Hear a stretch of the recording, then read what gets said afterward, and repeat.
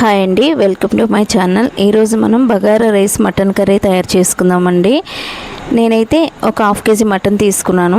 అది మంచిగా క్లీన్ చేసి పక్కన పెట్టుకోవాలండి. తర్వాత దానికంటే ముందు మనం బగారా రైస్ తయారు చేసుకుందాం. నేను ఒక గిన్నె తీసుకున్నానండి. అందులో 1 స్పూన్ గీ వేసుకున్నాను, 3 స్పూన్స్ ఆయిల్ వేసుకున్నానండి. హోల్ గరం మసాలాలు కొన్ని వేసుకున్నాను. తర్వాత గ్రీన్ చిల్లీస్ వేసుకున్నాను. తర్వాత మనం ఇందులో ఒక 3 medium size onions slices cut చేసుకుని వేసుకోవాలండి. నేను అల్లం వెల్లుల్లి పేస్ట్ కూడా వేసి చక్కగా ఫ్రై చేసుకున్నానండి.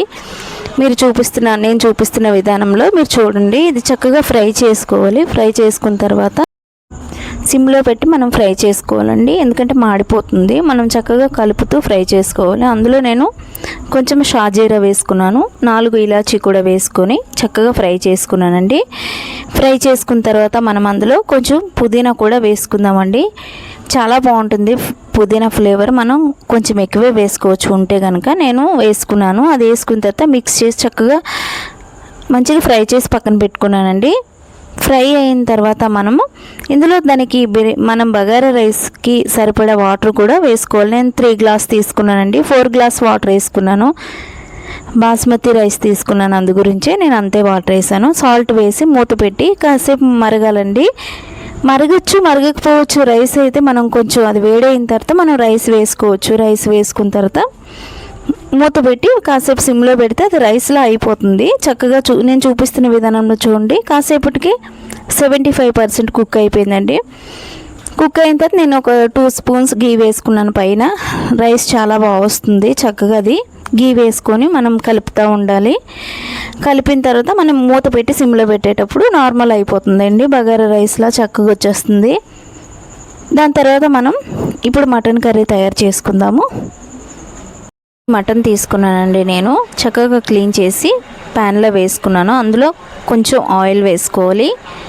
అల్లం వెల్లుల్లి పేస్ట్ కూడా మటన్ కర్రీకి సరిపడినంత వేసుకోవాలి. తర్వాత ఉప్పు, పసుపు వేసి చక్కగా అది వాటర్ మొత్తం డ్రైన్ అయిన వరకు మనం కలుపుతూ ఉండాలి. చూడండి ఎంత వాటర్ వచ్చిందో. సిమ్లో పెట్టి మనం మూత పెట్టి మగ్గించామనుకోండి, లోపల ఉండే వాటర్ అంతా బయటకు వస్తుంది. ఈ మటన్లో ఉండే వాటర్ అంతా పోయిన వరకు మనము మూత పెట్టి మగ్గించుకోవాలండి. మగ్గిస్తే అది మొత్తం వాటర్ అంతా పోతుంది. దానికి నేను ఎప్పుడు ప్రతిసారి చెప్తుంటాను కదా, మసాలా ఒకటి రెడీ చేసుకుంటానండి. ఆ మసాలా ఇప్పుడు రెడీ చేస్తున్నానండి. నేను ఒక 3 ఆనియన్స్ తీసుకున్నాను. అందులో కొబ్బరి, హోల్ గరం మసాలా వేసి చక్కగా పేస్ట్ చేసి పక్కన పెట్టుకున్నానండి. నేను చూపిస్తున్నా చూడండి. మళ్ళీ మటన్ ఎంత వాటర్ వచ్చిందో అదంతా డ్రైన్ అయిపోవాలి. మొత్తం డ్రై అయిపోయింది అనుకోండి, మనకి చక్కగా ఈ నీచు వాసన ఏమీ లేకుండా చక్కగా ఫ్రై అయిపోతుంటుంది. ఇది చక్కగా రోస్ట్గా మంచిగా ఫ్రై అయిన వరకు మనం ఫ్రై చేసుకోవాలండి. ఇప్పుడైతే నేను కారం కూడా వేసుకుంటున్నాను. కారం వేసి ఇంకా మంచిగా ఫ్రై అవ్వాలండి. మీకు నేను చాలాసార్లు చెప్పాను కదా చక్కగా ఫ్రై అవ్వాలని. ఇది మంచిగా ఫ్రై అయింది అనుకోండి, చిటపటలాడడం వరకు ఫ్రై అయిన తర్వాత మనము ఇందులో నేను చేసిన మసాలా ఇందులో వేసుకోవాలండి. నేను చూపిస్తున్న విధానంలో చూడండి. మనం క్యాప్ పెట్టి మనము ఫ్రై చేసుకున్నాం అనుకోండి, ఉన్నది లేనిది వాటర్ అంతా పోతుంది. కనుక చక్కగా వాటర్ అంతా పోయిన వరకు చేసి మనం ఇప్పుడు చక్కగా ఫ్రై చేసుకొని ఈ మసాలా ఏదైతే పేస్ట్ ఉందో మనం తయారు చేసుకున్న మసాలా అది అందులో వేసి ఆ మసాలా కూడా ఫ్రై అవ్వాలండి. పచ్చి వాసన రాకుండా ఆ మసాలా వేసుకొని ఇంకా బాగా ఫ్రై అవ్వాలి. ఫ్రై అయిన తర్వాత అందులో నేను చూపిస్తున్నట్టు చూడండి ఎంత చక్కగా మటన్ ఫ్రై అయ్యిందో. ఫ్రై అయిన తర్వాత ఈ మసాలా కూడా వేసాను. ఈ మసాలా వేసిన తర్వాత కూడా ఇంకా మంచిగా ఫ్రై అయిపోవాలండి. ఇది ఫ్రై అయిన తర్వాత మనం ఇందులో పుదీనా వేసుకుందాము. ఫ్లేవర్ బాగుంటుంది పుదీనా వేసుకుంటే. చూడండి నేను చూపిస్తున్నాను. ఈ మసాలా చక్కగా ఫ్రై అయ్యి ఆయిల్ అంతా బయటకు రావాలి. బయటకు వచ్చిందనుకోండి ఆల్మోస్ట్ 75% ఫ్రై అయిపోయినట్టే. ఇప్పుడు పుదీనా వేసుకుంటే ఫ్లేవర్ ఈ మటన్ కర్రీకి పడుతుంది కనుక ఇప్పుడు వేసుకోవాలి.